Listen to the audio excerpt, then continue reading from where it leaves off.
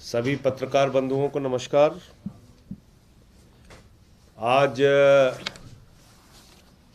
आप सब लोगों ने देखा कि किस तरीके से जो पीठासीन अधिकारी बनाई गई भारतीय जनता पार्टी के द्वारा और एलजी के द्वारा, उन्होंने नियम, कानून, संविधान, डीएमसी एक्ट सबको गला घोट के आज फिर से एक बार मेयर की वोटिंग नहीं होने दी। जो एजेंडा गया था सबके पास, उसमें साफ तौर पे लिखा था कि पीठासीन अधिकारी को सिर्फ और सिर्फ मेयर के चुनाव कराने। उसके बाद बाकी चुनाव स्टैंडिंग कमेटी के, डिप्टी मेयर के, वो मेयर कराएगी। ये साफ तौर पे एजेंडा में लिखा था, यानी कि जो पार्षदों तक गया था, जो हम लोगों के पास कागज आया था। और ये एजेंडा किसके स्वीकृति से तय हुआ था? दिल्ली के एलजी की स्वीकृति से तय हुआ था। उन्होंने डेट का निर्धारण किया था, उन्होंने तय किया था कि ये आज का एजेंडा रहेगा। बावजूद इसके, जो बात संविधान में नहीं लिखी है कि एल्डरमैन को वोटिंग राइट है, आते ही पीठासीन अधिकारी कहती है एल्डरमैन वोट करेंगे। मेयर में भी करेंगे, डिप्टी मेयर में भी करेंगे, स्टैंडिंग कमेटी में भी करेंगे। जो ना तो भारत के संविधान में लिखा है और ना ही डीएमसी के एक्ट में लिखा है, और ना ही आज तक एमसीडी का गठन होने के बाद से लेकर आज तक कभी भी एल्डरमैन ने mayor, deputy mayor, standing committee में वोटिंग किया है? कभी भी नहीं किया, आज तक नहीं किया। आप कहां से ये कानून लेके आ गई? कहां से नई शुरुआत आप कर रही हैं? क्या भारत का संविधान भारतीय जनता पार्टी के दफ्तर में लिखा जाएगा? क्या भारत का संविधान दिल्ली के एलजी अपने हिसाब से डिफाइन करेंगे? क्या भारत का संविधान भारतीय जनता पार्टी की पीठासीन अधिकारी डिसाइड करेंगी? क्या डीएमसी एक्ट में लिखी हुई बातों को दरकिनार करके अपने हिसाब से वोटिंग कराई जाएगी? आपको सिर्फ मेयर का चुनाव कराना है, और आप मेयर का चुनाव कराने के बजाय डिप्टी मेयर, स्टैंडिंग कमेटी, सारे चुनाव आप करा रही हैं। एल्डरमैन को वोटिंग राइट दे रही है। इतना ही नहीं रुकी वो, फिर बीजेपी के एक नेता खड़ी हुई, उन्होंने कहा इनके 2 विधायकों को सजा हो गई है, उनको बाहर कीजिए। आप सभी पत्रकार बंधुओं को मैं कहना चाहता हूं, कोई भी विधायक या सांसद 2 साल की जब सजा होती है, उसके बाद वो डिस्क्वालीफाई होता है। संजीव झा को ना तो 2 साल की सजा हुई, ना अखिलेश पति त्रिपाठी को 2 साल की सजा हुई, और दोनों को जो सजा भी हुई थी 3 महीने की, उस पर कोर्ट से स्टे है। तो ये लोग कोर्ट भी नहीं मानते, ना संविधान मानते, ना डीएमसी एक्ट मानते, ना न्यायालय मानते। इससे भी अलग हट के बात बता रहा हूं आपको। एक व्यक्ति अगर विधायक के तौर पे किसी सदन में नॉमिनेट किया जा रहा है, लोकसभा के सदस्य के तौर पे, लोकसभा के अध्यक्ष के द्वारा किसी सदन में नॉमिनेट किया जा रहा है, राज्यसभा के सांसद के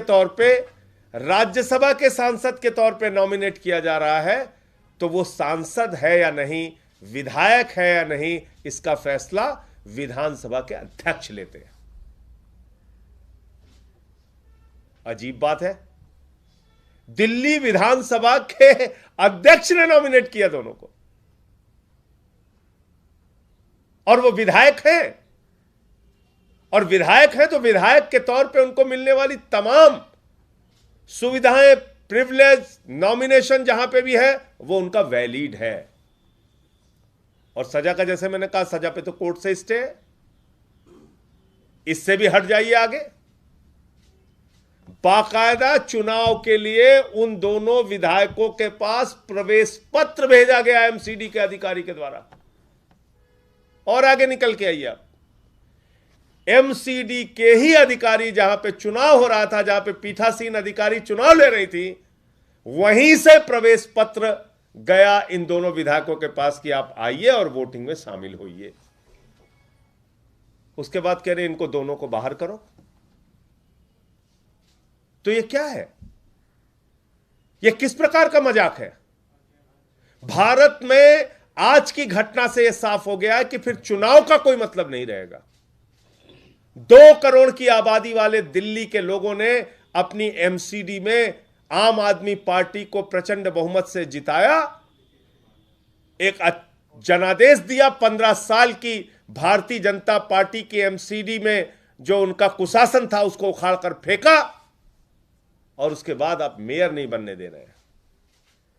दिल्ली के एमसीडी के बराबर कई राज्यों की विधानसभाएं हैं। दिल्ली के एमसीडी से छोटी कई राज्यों की विधानसभाएं हैं। कल को ये बहुत ही खतरनाक परंपरा भारतीय जनता पार्टी ने शुरू की है। मैं तो देश के तमाम विपक्षी दलों से अपील करूंगा कि जाग जाइए, आगे यही आपके साथ होने वाला है, यही आपके साथ होने वाला है।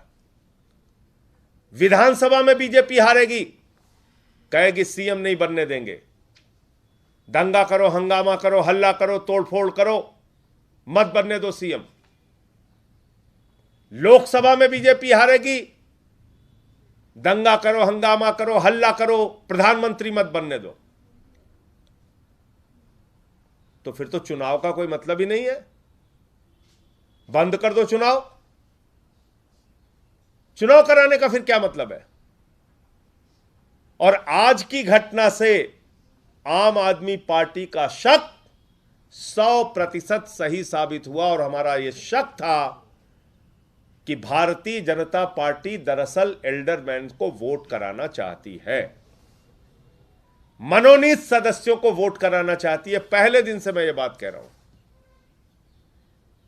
और तब भाजपाई कह रहे थे नहीं नहीं नहीं नहीं नहीं नहीं। आज खुल के सामने आ गया, स्टैंडिंग कमेटी का भी वोट एक साथ कराना चाहते हैं। तो अब आम आदमी पार्टी के, और आज आप देखिए बीजेपी के 4 सांसद मौजूद ही नहीं थे।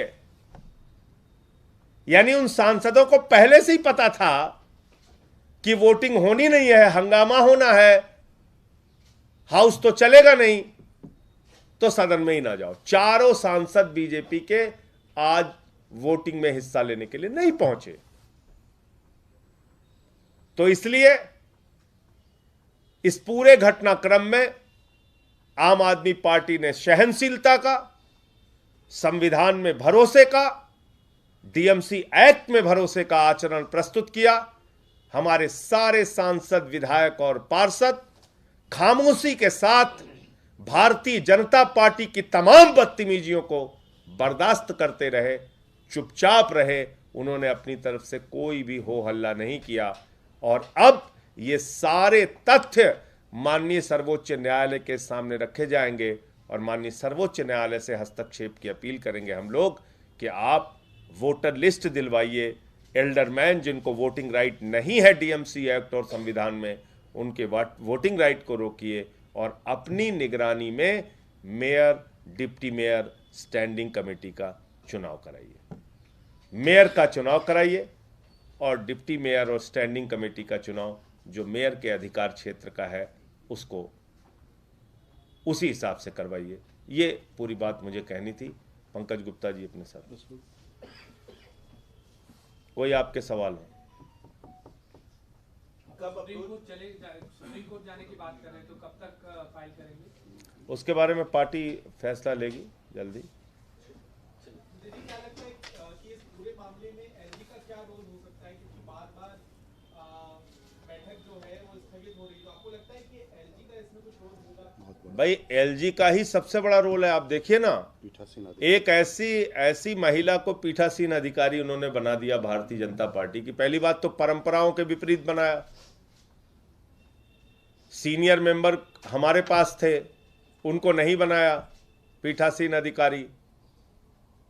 इसके अलावा आप ही खुद एजेंडा तय करके भेजते हो, मीटिंग कैसे होगी ये आप निर्धारित करते हो, और तुरंत उसको मीटिंग की शुरुआत में वो सारे एजेंडे को तार तार तार तार करके अपने हिसाब से कह रहे हैं हम चुनाव कराएंगे। तो इससे ज्यादा और एलजी का मिला जुला खेल क्या आपको नजर आएगा? इससे ज्यादा और क्या प्रमाण चाहिए? और आज आप देख लीजिए कितनी बदतमीजी की उन लोगों ने। हमारे लोग तो सारे शांत बैठे हुए थे, चुपचाप बैठे हुए थे।